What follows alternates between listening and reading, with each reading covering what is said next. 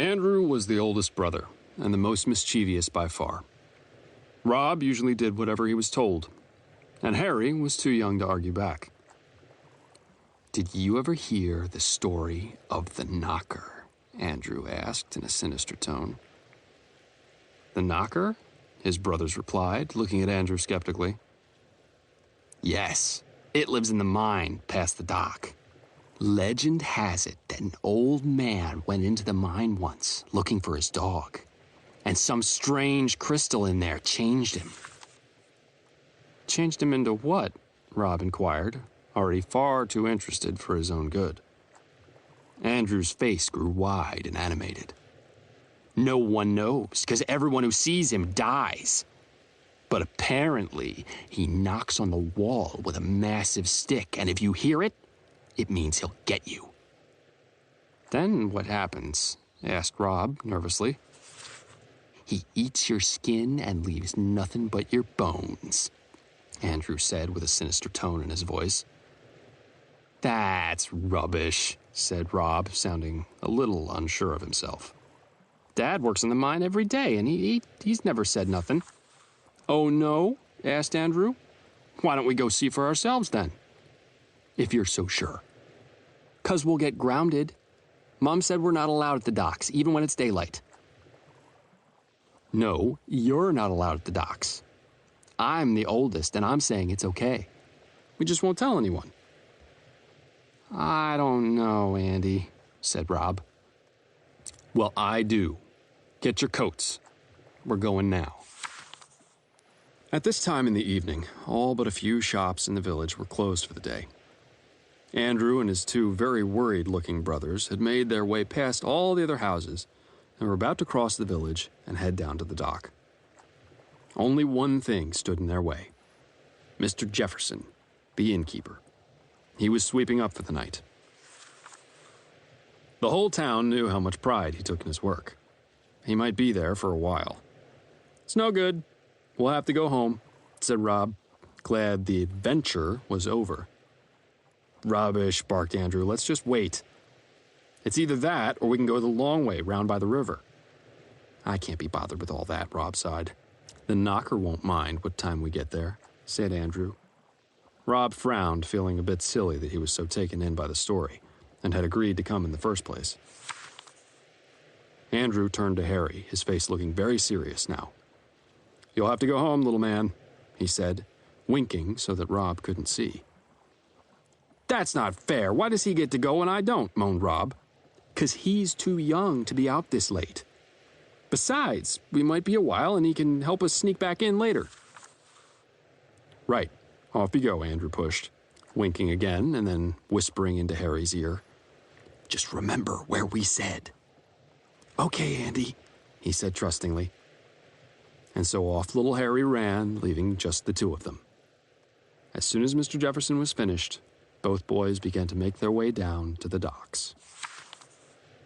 The dock was full of boat parts and cranes, old buoys, fishermen's gear, a creepy setting in the dark. Andrew lit an old oil lamp and gave it to Rob to hold. "Here, take this and tell me if you see it. We're almost there." There was an old mine entrance that hadn't been used for many years and had partially collapsed at some point, leaving only 30 yards or so still accessible. "In you go, Rob," said Andrew confidently. "I'm not going in first," Rob whispered somewhat aggressively. "You've got the light," said Andrew, copying his tone. "Well, then you have it." "Stop being a baby," laughed Andrew. "Get in there." Rob took a few steps at a time, slowly inching into the long tunnel, passing smaller tunnels that split off from the main path, but he didn't dare look down them. His hands were shaking with fear. There was no use trying to hide it. The lamp handle was rattling and the light was dancing all over the place, making it look far more scary than it actually was. "You okay?" asked Andy, trying not to laugh. "What are we doing?" barked Rob. "Looking for the Knocker, remember?" "He must not be here," Andrew offered disappointedly. "How do you know?" whispered Rob. "'Cause he can smell fear. If he was in here, you'd be a goner already. At that moment, 3 loud bangs echoed through the whole mine shaft. "Oh, crap!" cried Rob. "What the hell was that?" Andrew said nothing. Again, 3 loud bangs, followed by 3 more. "They're getting closer!" Rob yelled. More banging and more banging. Rob felt paralyzed, and Andrew just stood behind him, saying nothing. The banging got closer and closer, until a figure could be seen. Something. What was it? Moving closer and closer, banging all the time. "Oh, God! What are we going to do?" cried Rob. And just then, the figure came into the light. It was their little brother. "Harry!" yelled Rob. Andrew fell to the floor laughing. "That was priceless, Rob." Harry walked with his head slightly low and without making eye contact. "Please don't hate me, Rob. Andrew made me do it." Rob shoved the lamp at Andrew. "I don't hate you, Harry. Let's just get the hell out of here." Just then, Rob stopped in his tracks. "Shh! Everyone! What was that noise?" "It's not going to work," Andrew sighed. "No, seriously," said Rob. "I heard something." The brothers stood for a moment and listened. A pained groan whistled through one of the tunnels, connected to the main passageway. "Oh, crap!" shouted Rob. "Tell me that's you again, Andy." Andrew's face dropped. "No, that's nothing to do with me." Suddenly, knocking and banging 3 times louder than before, and moaning and yelling spilled from the mine, getting closer and closer. "That's real!" Andrew cried.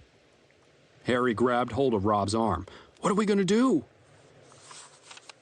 "Let's get out of here," Rob shouted. They all turned to leave, and as they did, there was a loud bang right next to a pitch-black passageway, no more than 5 meters from where Andrew had been standing. Harry yelled out in shock. Rob followed in turn. The banging and moaning was everywhere, suffocating. Was there more than one? Andrew's first reaction was to pick up a large rock and throw it into the darkness. But in doing so, he broke loose a large support beam in the corner of the passageway. A small cluster of rocks fell from the roof, followed by a few large ones. "Oh no!" Andrew cried. "We need to get out of here now!" The mine started shaking. A huge section of the roof fell in and completely blocked one of the passageways, crushing the knocker as it fell. The sound was horrendous. The boys ran out of the mine shaft and into the dock. More collapsing and screaming followed as part of the mine caved in on itself. The boys didn't look back once. Running all the way home, crying and in shock at what they had just seen. When they got home, their mother was standing outside the door waiting for them. "And where on earth have you been?" she asked with a disappointed tone. "As if I didn't already know." "Mom, I'm sorry," cried Andrew. "We went to the mine by the dock, and there was—" "What have I told you about going down there?" she interrupted. She could see how shaken up they were. "I know, I'm sorry, but we found something down there." "What did you find?" asked their mother with a disbelieving smirk on her face. "We found the knocker. There were loads of them. We managed to get away, but—" "That will teach you a lesson. I'm glad you're scared," she barked. "You know you're not supposed to go down there. You didn't see the knocker. But I'm glad it worked." "What? What do you mean?" asked Andrew. His brothers still catching their breath. "We did see the knockers. There were loads of them." "No, you didn't," she replied. "I saw you sneaking off down the road earlier on, and I knew what you were up to. And when your father got home from the pub, he was so angry with you he decided to follow you.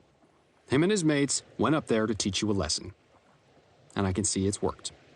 Never go down there again." The boys all stood still, their faces pale and grim. All they could hear were the screams and the rocks crushing bone and flesh. "Father?"